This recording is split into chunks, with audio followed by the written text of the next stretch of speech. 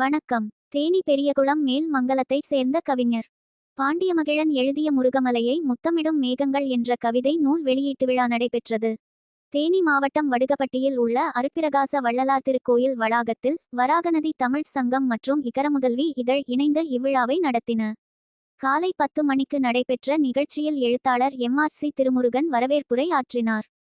மேலும் வராகநதி தமிழ்ச் சங்கத்தின் 10வது ஆண்டு விழாவும் உலக மகளிர் நாள் விழாவும் இணைந்து முப்பெரும் விழாவாக நடைபெற்றது.